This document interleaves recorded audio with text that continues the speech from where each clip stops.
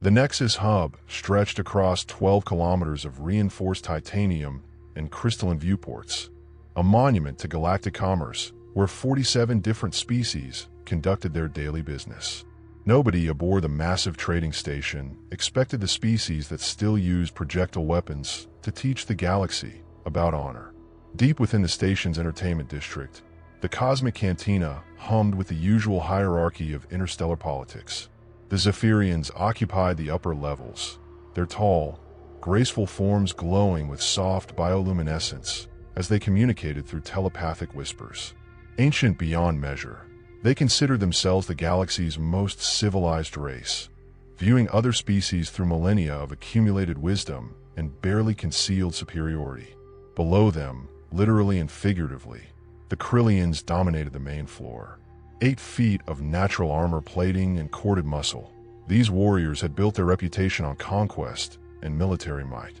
Their deep, rumbling voices carried across the cantina as they boasted of recent victories and planned future campaigns. Other species gave them wide berths, understanding that Krillian honor demanded respect through strength. The Vorthack Collective maintained their usual corner booth, dozens of identical drones linked through their hive mind consciousness. They observed everything with cold, calculating efficiency, processing every conversation and interaction through their shared digital network. Emotion meant nothing to them. Logic was everything. They computed probabilities and assessed threats with mechanical precision. And then there were the humans. Marcus Chun sat alone at a scratched metal table near the cantina's service entrance, nursing a synthahol that tasted like battery acid mixed with regret. His cargo hauler jumpsuit bore the stains of a dozen different worlds, and his calloused hands wrapped around the glass like it might disappear if he let go. Other species looked through him as if he were part of the furniture. Humans occupied the bottom rung of galactic society, barely 2 centuries into space travel, while their neighbors counted their ages in geological epochs. Marcus preferred it that way. Keep quiet, do the job, collect payment, move on. He had learned that lesson the hard way after losing his entire squad in a mining accident on Kepler 7. Now he worked alone, hauling cargo between stations and trying to forget the faces of the friends who never made it home. The cantina's usual rhythm broke when 5 Krillian warriors burst through the main entrance, their armor clanking against the doorframe. Fresh from subjugating another peaceful farming world, they radiated the arrogance of conquerors expecting tribute. The largest among them, Commander Grok, slammed his massive fist on the bar counter hard enough to crack the polymer surface. "Drinks for the victorious," Grok bellowed, his voice carrying across the entire establishment. "And make them strong, little creature." The server, a young Zalani named Pip, trembled as she approached their table. The Zalani were barely 4 feet tall, with soft fur and large, expressive eyes that made them look perpetually worried. Their species had never developed weapons, never fought wars, never even raised their voices in anger. They were artists, poets, dreamers who saw beauty in everything around them. Pip's small hand shook as she carried the tray of drinks to the Krillian table. The warriors had claimed 4 tables, shoving other patrons aside without apology. They demanded the strongest alcohol, the finest food, and made it clear they expected everything for free. Victory, they claimed, should be rewarded by lesser species. Marcus watched from his corner as the situation escalated. Spilled drinks became crude jokes about Zalani weakness. Physical intimidation followed verbal abuse. The other patrons, including species that supposedly valued justice and civilization, turned away and minded their own business. Even the mighty Zephyrians observed without intervention, their telepathic conversations buzzing with academic interest rather than moral concern. The breaking point came when Grok grabbed Pip's arm, his armored gauntlet wrapping completely around her thin wrist. "Faster, rodent," he snarled, squeezing hard enough to leave bruises. "Or perhaps you need motivation." Marcus set down his glass and stood up. Every conversation in the Cosmic Cantina died instantly.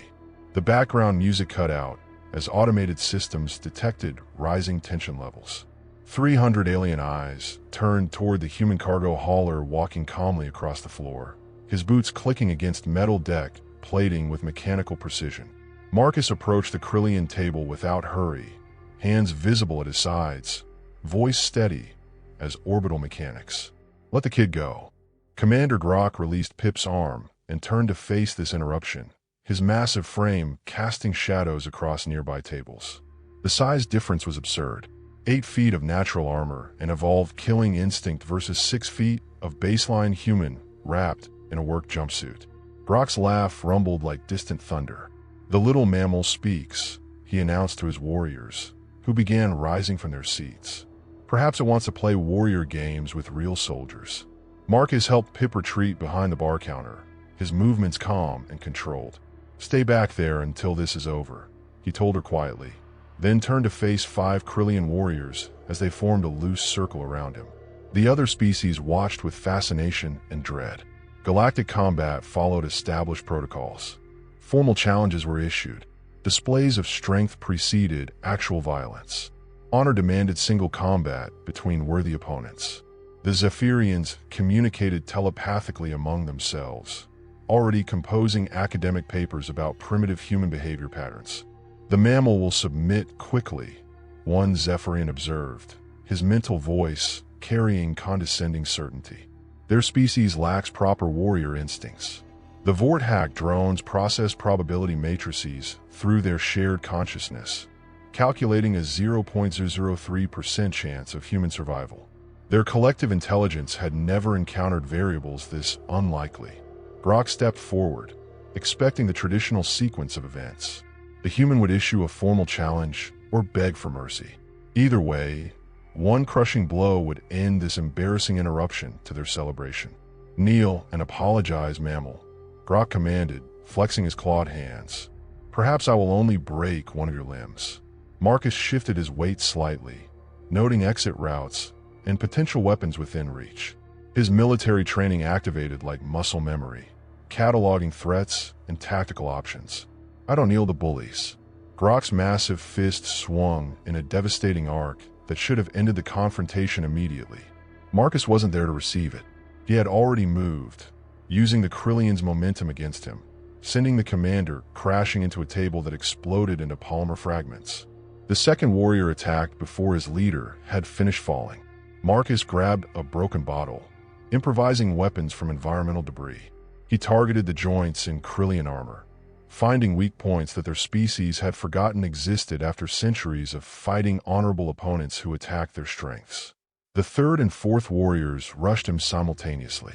Marcus kicked over tables, creating obstacles and changing the terrain to his advantage. He kept moving, never staying in one position long enough for their superior strength to matter. Human endurance training meant he could maintain combat effectiveness while his opponents tired quickly. The watching aliens began to understand they were witnessing something unprecedented. This human fought like prey, but won like a predator. He used tactics instead of honor, environment instead of strength, intelligence instead of tradition. "He breaks every rule of proper combat," a Zephyrian whispered telepathically. "Yet he succeeds," another replied, confusion rippling through their collective consciousness. 3 Krillians lay unconscious among broken furniture. Marcus bled from several wounds but remained mobile, still thinking tactically while his opponents relied on instinct and rage. The crowd realized this wasn't proceeding according to any established pattern. Some aliens began cheering. They had never seen anyone successfully resist Krillian dominance. Species that had accepted subjugation for generations watched a human cargo hauler demonstrate that the impossible was simply improbable. Commander Grok struggled to his feet, rage overwhelming tactical judgment. His hand moved to the energy weapon at his belt, breaking the Cantina's most sacred rule. Weapons were never drawn in neutral space. The crowd gasped collectively. Marcus didn't retreat. Instead, he showed disappointment rather than fear. So much for Krillian honor. The commander hesitated, realizing he had just violated everything his warrior culture claimed to represent. The energy weapon hummed with lethal potential as Commander Grok aimed it at the unarmed human. Marcus stood perfectly still, showing no fear, only the quiet disappointment of someone witnessing a fundamental betrayal of principles. "Your ancestors would be ashamed." Those words hit harder than any physical blow. Krillian culture was built on warrior honor passed down through bloodlines spanning millennia. Their greatest shame was failing to live up to ancestral expectations. Grok's hand trembled as conflicting instincts warred within his mind.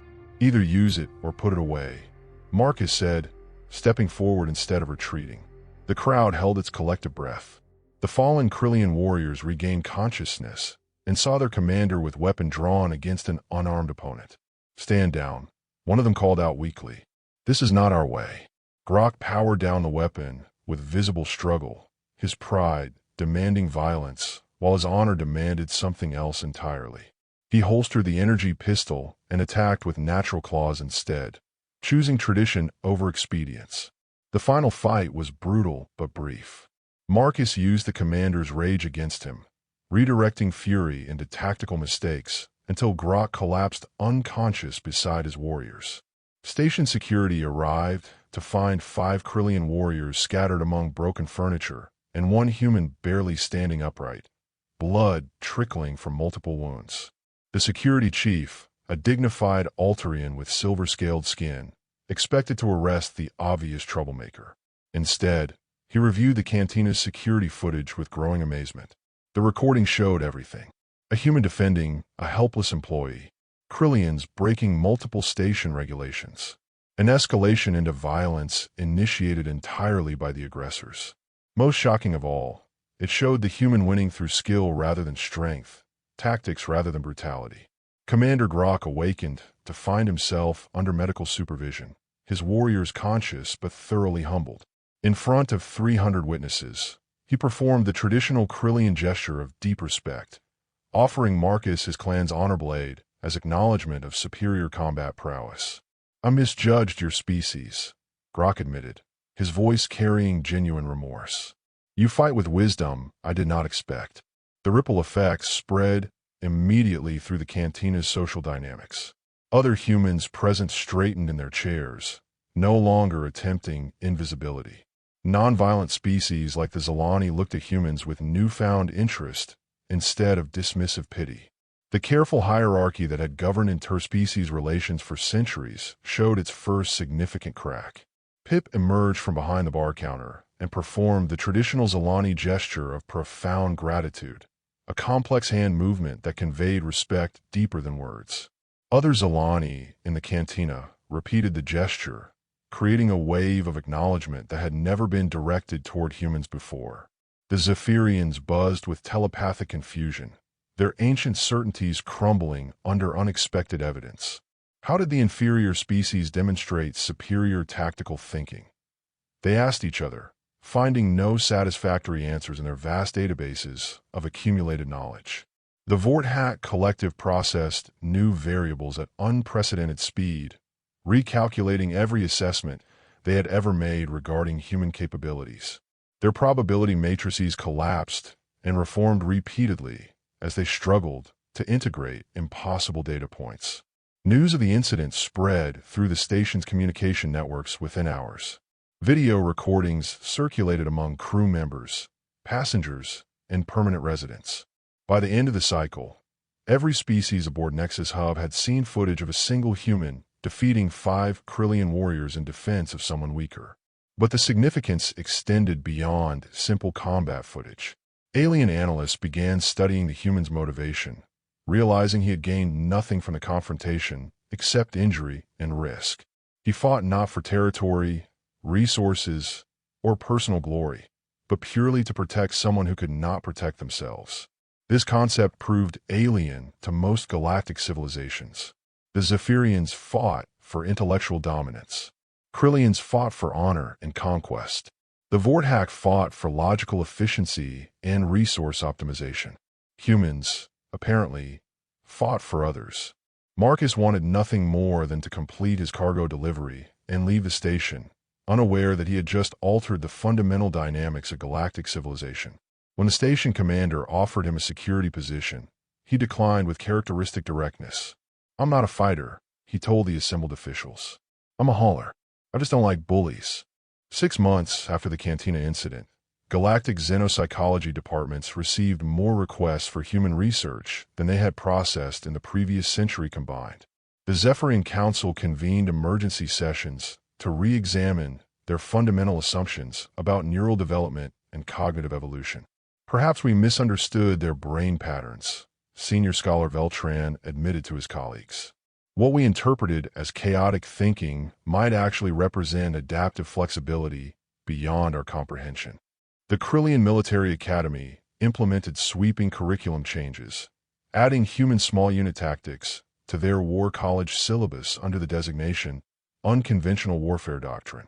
Their generals studied Earth's military history with growing fascination, discovering a species that had survived global conflicts and achieved planetary peace through methods no other civilization had attempted.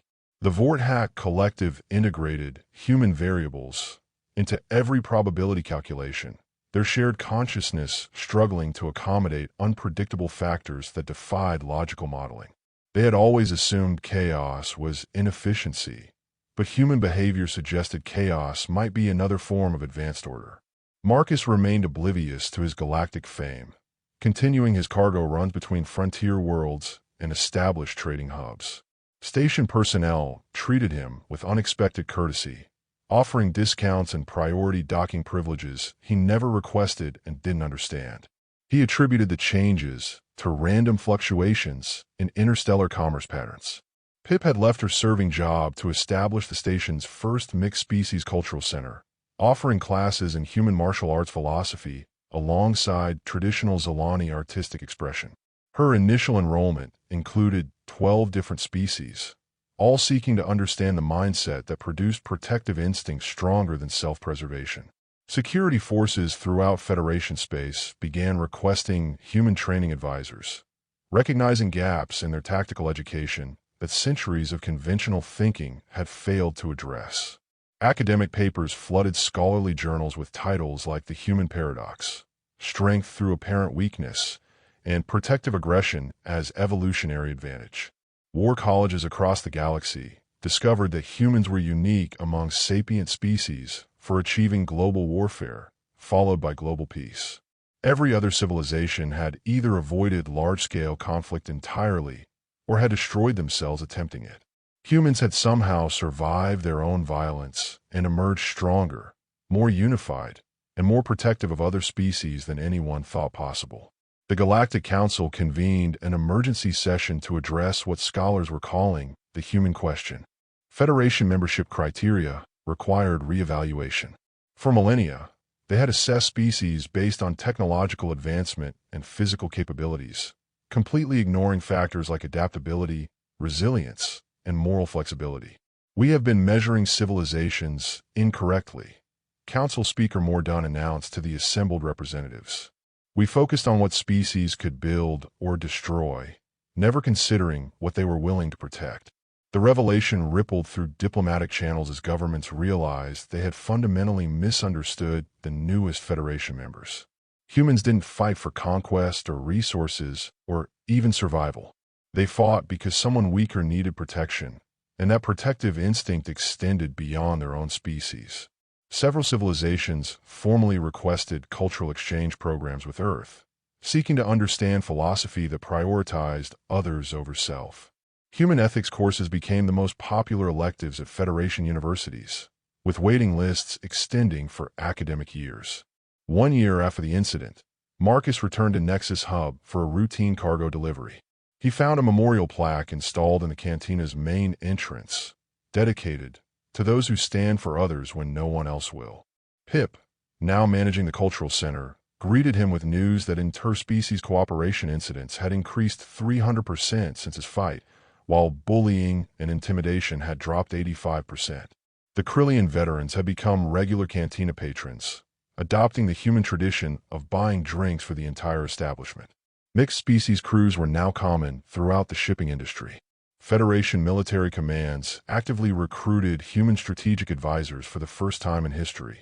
Marcus finally understood his impact when a young Altarian approached asking for his autograph, explaining that his species had been terrorized by Krillian demands until they learned that someone would always stand up if they asked for help. Sitting in his usual corner booth, Marcus realized the fight had never been about him. It had been about demonstrating that someone should always stand up when others couldn't stand for themselves. Now, throughout the galaxy, others were standing up too. The Federation was becoming more like humanity had always hoped it could be. Maybe they weren't so primitive after all.